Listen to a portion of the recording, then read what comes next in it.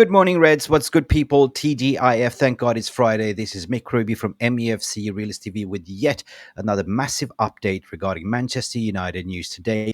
David Ornstein has confirmed that Jason Wilcox, former Manchester City Academy director, is close to join Manchester United.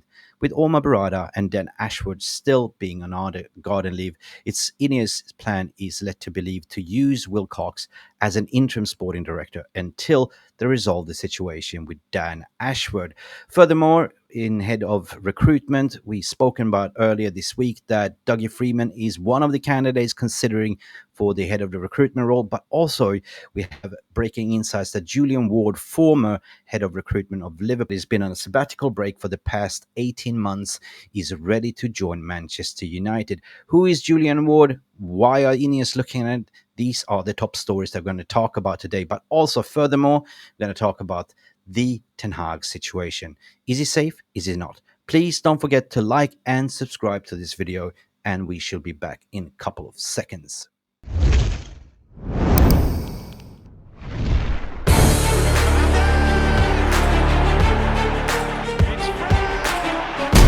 Has the Premier League ever been more challenging? Dankjewel. I feel welcome. Dit is mijn home and I want to achieve success. Okay? Definitely moving fast when it comes to Manchester United and the ownership of Sir Jim Ratcliffe. The Athletics' David Ornstein has confirmed yesterday, noted that another potential move could be on the cards for Manchester United.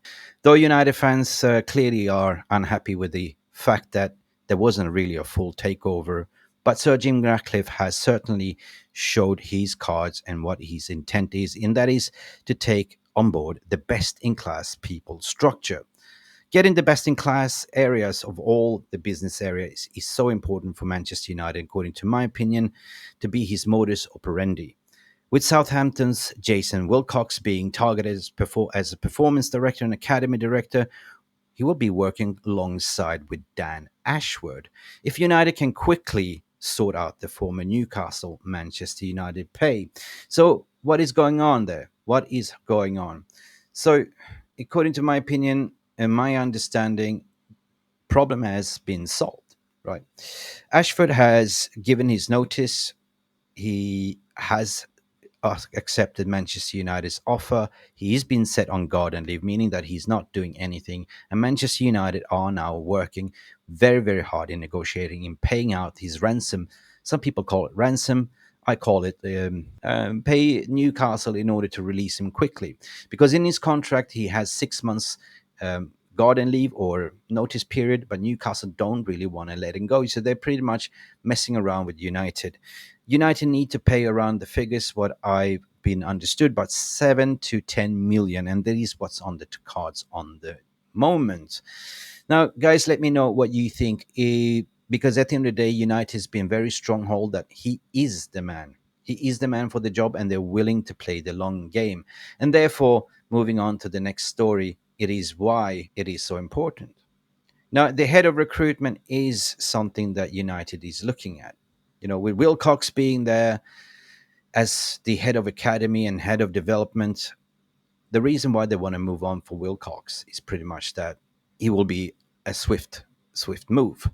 Now, since Omar Berrada is on garden leave, the CEO, since Ashford is not really solved, Manchester United simply needs people to be on board as quick as possible so they can plan for the summer transfer window.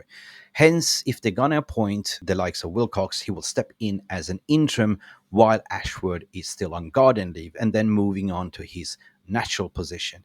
So this is what Manchester United is kind of looking at. So, of course, we were looking at, Dougie Freedman as imminent, and Freeman is one of the candidates considering for the position.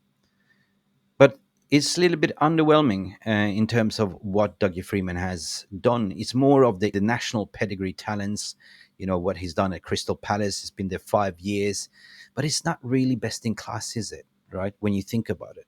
But he's still just one of the shortlisted candidates. Now, he's been instrumental part, in sourcing and getting cheap players like Michael Olise, Eze, Christensen, and a lot of those players, gem players that didn't pay more than £20 million for. And that is probably why he's been linked, because United will have a sort of strange budget in the summer, and they will look for somebody that could actually operate on a shoestring budget and bring in bundles of talents. But that doesn't stop us from moving on to the next story, which is pretty much Julian Ward. Now, let's talk about Julian Ward. It is led to believe that INEOS have held numerous of conversation. Dale Brailsford have had interviews with potential candidates, and Julian Ward is one of the preferred candidates. Now, Sir Brailsford is led to believe, according to our credible sources, has held talks with Ward over possibly joining Manchester United as the head of recruitment. Now, Julian Ward has been out of job for the past 18 months, taking a sabbatical, and he's thought to be keen to return back to top flight football, and United's being one of his preferred choices. Now, he replaced Michael Edwards at Liverpool. We all know Michael Edwards at Liverpool as a sporting director in 2022, but stepped down later, and that sent a little bit of a shockwave throughout the country. Why did he do so? It's led to believe that he did not get along with FSG ownership. Ward is understood to have been influential in bringing in a lot of good players to Liverpool.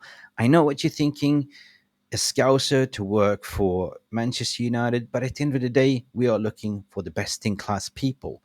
His spell at Anfield helped Edwards to bring in players like Alisson, Virgil van Dijk, but also Sadio Mane, Mohamed Salah. He was also directly responsible for recruiting in Luis Diaz and Darwin Núñez. We all remember we got snubbed over Darwin Núñez, and that was Ward's job. So he's the one that's been very swift behind the scenes, as you've seen that Liverpool can pull the trigger very, very fast. Now, let me know in the comments section what you think. Would you prefer a Dougie Freedman, or would you prefer a Julian Ward? One, I think, is a more of an international flavor in terms of Julian Ward, bringing in Alisson, Virgil van Dijk, Sadio Mane, and Mohamed Salah, while Dougie Freedman is a little bit of a lightweight, focusing more of the British in-house talents within the leagues, but also comes from French leagues like, let me say, Elise is French though, but he came from Reading though. So let me know in the comments what you think. Who would your preferred choice be if you were in his shoes? Me personally, I'd definitely go for Julian Ward. Now, let's move on to the next story. Let's talk about what David Ornstein said about the overall manager situation and what the hell is going on at United. This is from Sky News, and I'm really a bit mindful of playing this clip because of copyright issues, so therefore I'm going to pause a little bit, but it's so important to hear to the very end of this video regarding Ten Hag's situation. So let's do this, people. Let's watch this clip and let's do this. Show, but this is on this ESPN website. Man United assess De Zerbi Southgate should Ten Hag exit. Thomas Frank also mentioned in this piece as well. What was your take on this story, Sam? What stood out for you? So here is the situation that we've been linked, and this is basically from Mark Ogden, and he is one of the journalists that's been banned from Erik Ten Hag's press conference, along with Samuel Lockyer. So you got to understand, put two and two together, that the double down of getting Ten Hag's job out is driven by certain media apparatus. So of course we've been linked with Southgate, Potter, De Zerbi. Let's hear what the response is. Yeah, what stood out was the diversity of managers. They're all very, very different candidates, aren't they, that play different kinds of football and have very different personalities. I suppose that's the nature of trying to appoint a manager right at the top of football, although United aren't quite there yet. Clearly, there seems to be a lot of opinions coming out of United and a lot of views, and it's the job of journalists to try and sort through and see which ones are going to have the greatest effect on the decision-making process. So here he said journalists are trying to make sense or fueling the feud to make sense who is available and who would be the perfect candidate. So for me, this is all media speculations and driving the agenda. That's a big group of managers. Some of them are coming to the end of their contracts, like Gareth Southgate. Others, like deserve. Exactly. So it's very lazy journalism. They put two and two together. They look at managers that's coming out to the end of the contract. Southgate, Nagelsmann is out of job. You have what is his name? Thomas Tuchel also getting out of the job. So a lot of things, and then linking in De Zerbi and Graham Potter. They used to work for Dan Ashworth at Brighton. So it's very, very lazy journalism, according to my opinion. Zerbi and Frank are under contract, and Frank. they've managed at different levels. They play different styles. So it shows that I think, if anything, that United are still kind of crystallising under the INEOS control exactly what it is they want from their next manager. Always the issue with huge appointments like this is it is a little bit of a question of who is available or who can be persuaded to leave their current employment and what that might look like in terms of cost. So in terms of cost, of course, and who is available. But any of these managers been mentioned, are they any upgrade on the best-in-class managers like Ten Hag? That's a big question that I want you to answer. So leave your comments in the comment section below.